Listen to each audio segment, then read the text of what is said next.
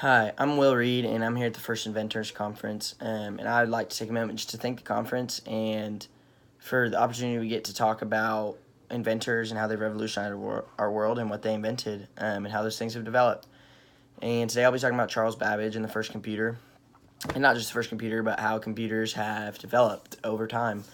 And as a student, I use computers every single day. For everyday life, and I feel like that's true for most people. We have to use computers for homework, tests, even. This is an online class. So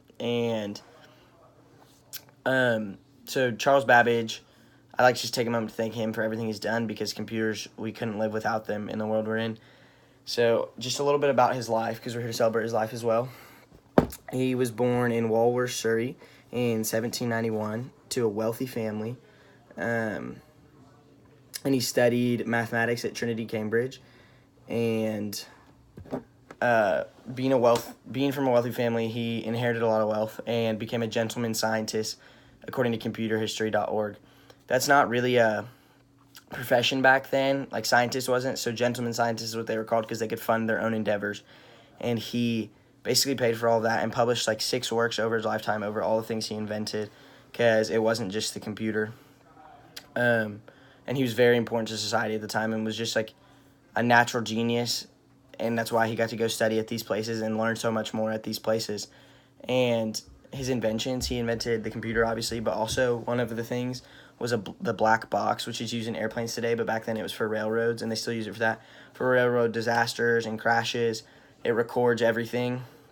And that's what they use for the black box too, like the flights in Malaysia, they couldn't find the black box, all that stuff. And it's crazy to think that he first invented that. So the first computer was the analytical engine, and it's right here. He got his idea from visiting the City of Light because they had a computer there, and he wanted his computer to be able to do mathematical tables much faster than that could. So the analytical engine looked like this. It was the first computer, and it had a central processing unit and also memory, that's why it's like called the first computers, because computers now have a CPU and memory, which is why this was the first one that kind of looked like that.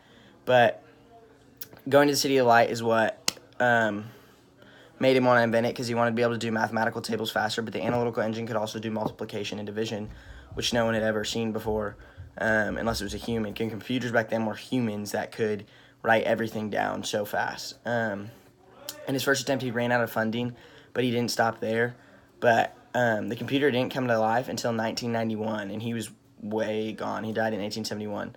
1991 Computer History Museum, because he was able to get the prototype, but technology back then slowed him down, so he couldn't do anything about it. And so according to HowStuffWorks.com, this is the first computer because of CPU and memory. So he wasn't able to make this come to life, so he never got to see it, but basically that's when it was first invented.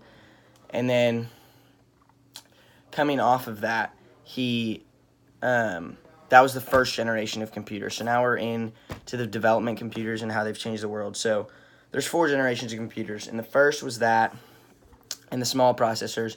And then according to csudh.edu, a group of students said that the ENAIC, which was created in one of the world wars, was that was the third generation of computers, or the second generation of computers, and that was like the first electromechanical machine. And the third gen was much faster and larger processors, and that came out in 1965.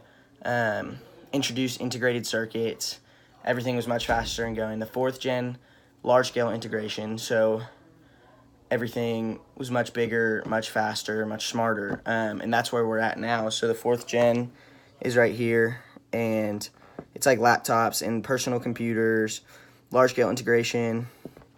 And the fifth gen is actually in the works in Japan because they're trying to create super fast computers, which is going to be crazy.